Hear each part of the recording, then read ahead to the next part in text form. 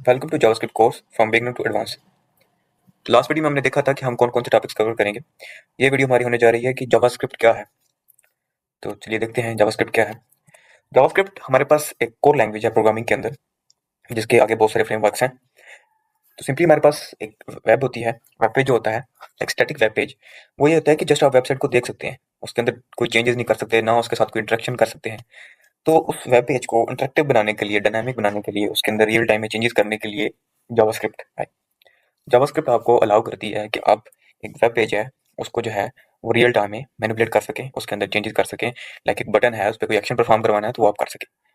तो जावास्क्रिप्ट एक web page को डायनामिक बनाने के लिए, इंटरेक्टिव बनाने के लिए, उसके साथ इंटरेक्शन करने के लिए यूज होती है।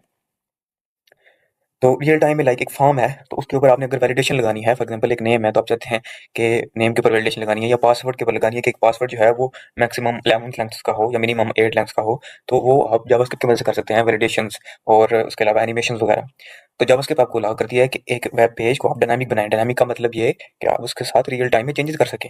अब मजीद इसको आपको एक्सप्लेन करते हैं। फॉर एग्जाम्पल एक बटन है हमारे पास यहाँ पे ओपन फॉर्म के नाम से। फॉर एग्जाम्पल लेट्स सपोज कि आपके पास ये एक वेब पेज ही है, ये जो आपको नजर आ रहा है इस टाइम, लेट्स सपोज कि एक वेब पेज है।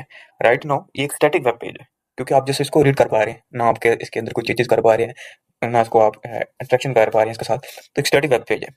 फॉर एग्जाम्पल अगर मैं इस बटन पर क्लिक करता हूँ और ये जो है फॉर्म ओपन होता है, मैं चाहता हूँ कि एक बटन जब क्लिक हो, इस पे ये फॉर्म ओपन हो, तो लाइक मैं अब रियल टाइम में इसके साथ इंटरेक्शन कर रहा हूँ, इस वेब पेज के साथ मैं इसके अंदर चेंजिंग कर पा रहा हूँ।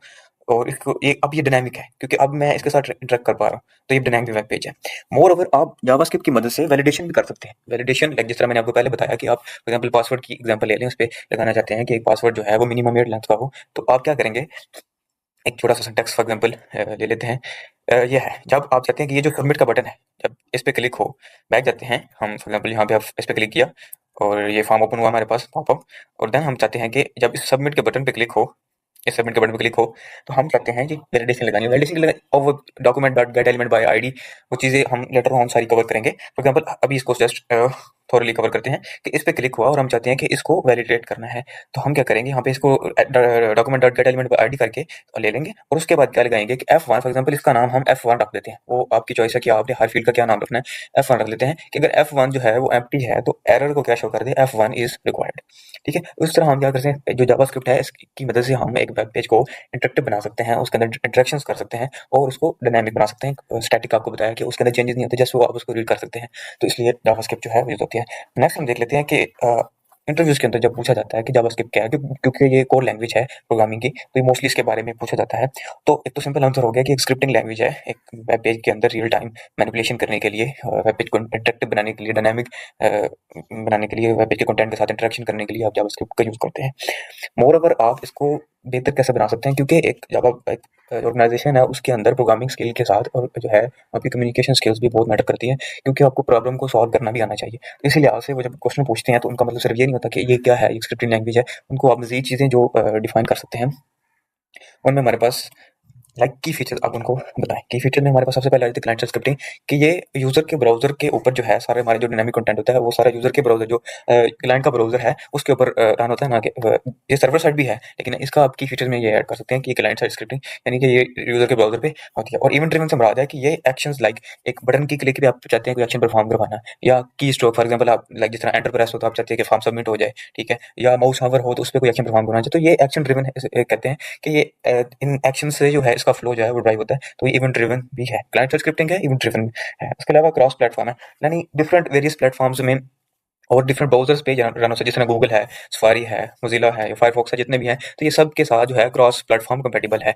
जो इसको जो है मोर प्रेफरेबल लैंग्वेज बनाती है।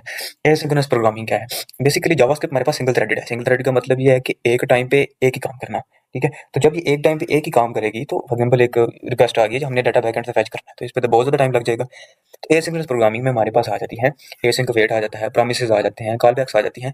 तो इनसे क्या होता है कि फॉर एग्जांपल अगर कोई ऐसा टास्क है जिस पे टाइम थोड़ा ज़्यादा लगना है, तो ये क्या करेगा, उसको बैकएंड पे करता रहेगा और जो है अपनी कंटिन्यूटी जारी रखेगा।